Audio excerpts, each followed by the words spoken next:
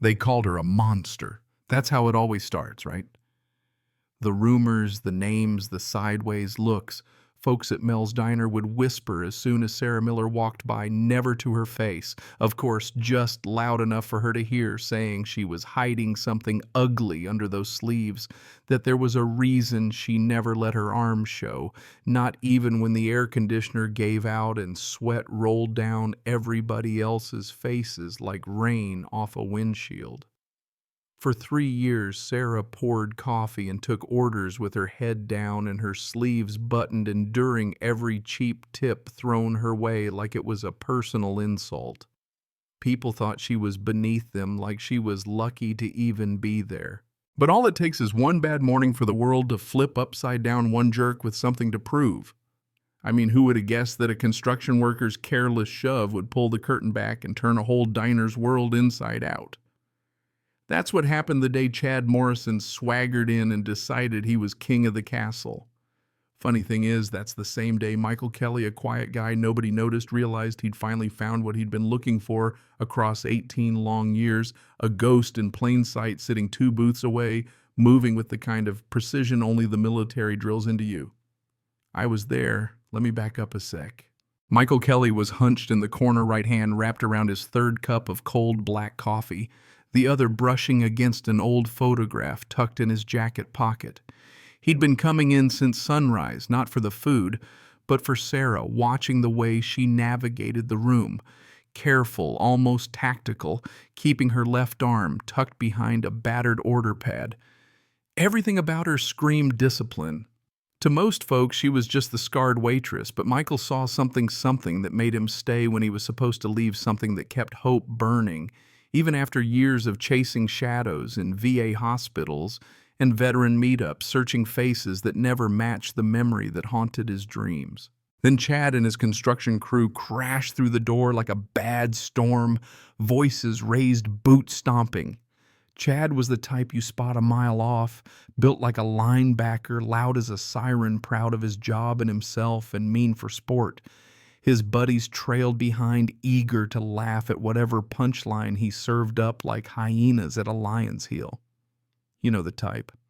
Chad took one look at Sarah and grinned loud enough for everybody to hear. "Hey, sweetheart, why you dressed like it's winter in Alaska? Got scars you don't want us to see, or just hiding track marks?" He laughed at his own joke, tossing a couple of bills on the floor for effect.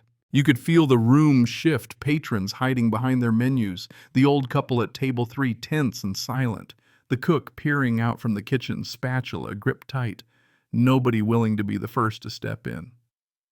That's the thing about bullies, they feed off silence, and for a moment, everyone gave Chad just what he wanted. Sarah just stood there, expression flat, voice neutral, as if the words bounced right off her.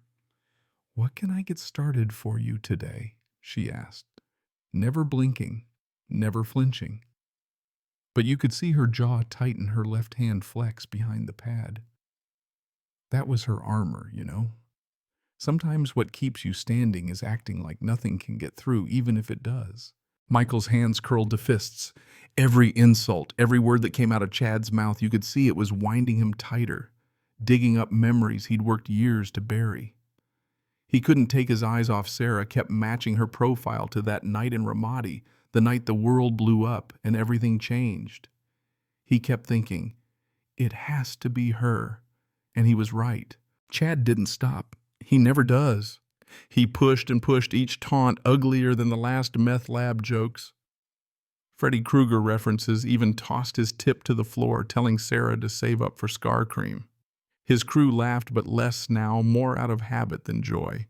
Even the college kid with his phone out hesitated, glancing up, waiting for someone, anyone, to do something. Then it happened.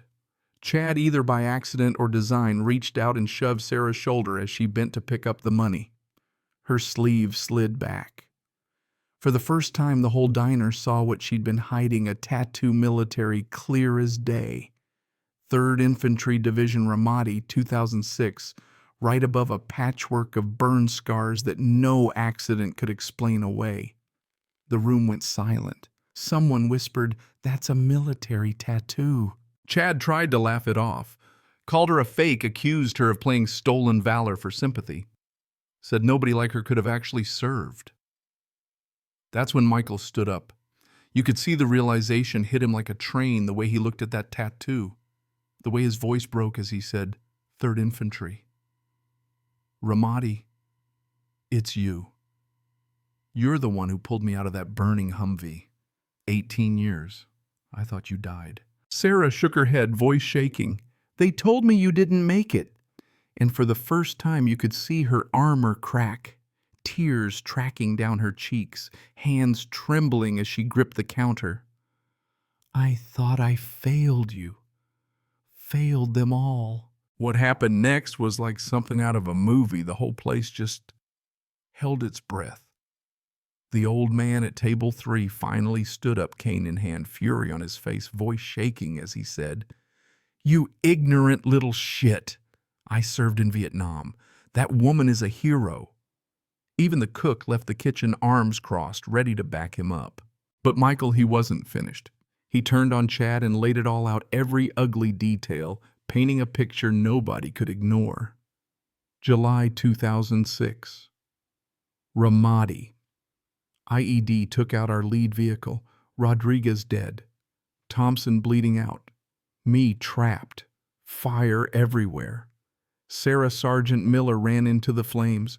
She broke the window with her bare hands, pulled me out, went back for Thompson, took the second blast on herself. 17 soldiers lived because she never left a man behind. She got a Bronze Star Purple Heart Combat Medical Badge. Then she disappeared, came here and served coffee to people who called her a monster. The phones came out. Someone started streaming live. Next thing you know, the internet was watching Chad get dismantled, his boss blowing up his phone notifications pouring in. By the time Mel's manager, Bob, stormed out of the kitchen, the whole world knew what kind of man Chad was. Bob, old Marine tattoo fading on his arm, looked around and said, Chad Morrison, you're done here. Set foot in my diner again and you'll leave in cuffs. They made Chad answer his boss's call right there on speaker. You're fired. Don't come back. Pray it doesn't go legal. The crowd let him out, but not without making sure he felt every stare on his back. He was done. Sarah tried to apologize, said she never wanted any of it, just wanted to live quiet. Michael hugged her. You saved who you could. I've spent 18 years waiting to thank you. The diner erupted in applause, real honest, not just for her, but for all the invisible wounds folks carry, for all the ways you can be a hero and never get recognized. Bob didn't waste time. Sarah, your shift manager now, 30% raise. And you don't hide those scars anymore. Anyone who has a problem with that, they can eat somewhere else. 6 months later, the wall behind the register at Mel's was lined with photos, Sarah in uniform, other local vets, a sign that read, Our Hero. Sarah wore short sleeves now. And one morning Chad walked in again, changed smaller, somehow a man who'd lost everything. He laid an envelope on the counter, $5,000 he'd raised, volunteering at the Veterans Center. He said it's not enough, but maybe it's a start. Sarah didn't flinch, didn't forgive him, not completely. But she looked him in the eye and said, everyone deserves a second chance. That's what service taught me. Sometimes you save people who wouldn't save you. Chad nodded and left, maybe for good, maybe not. But as the bell jingled and the door swung shut, folks in the diner watched him go, wondering if people really can change. And Sarah, she stood a little taller. Her scars were out in the open, a reminder to everyone that you never really know what someone's been through, never know the battles they fought just to stand there offering you a cup of coffee with a steady hand. So what do you think? Did Chad earn a second chance? Can people really change? Tell me below. Let's hear what you have to say about forgiveness, justice, and the kind of courage it takes just to keep going.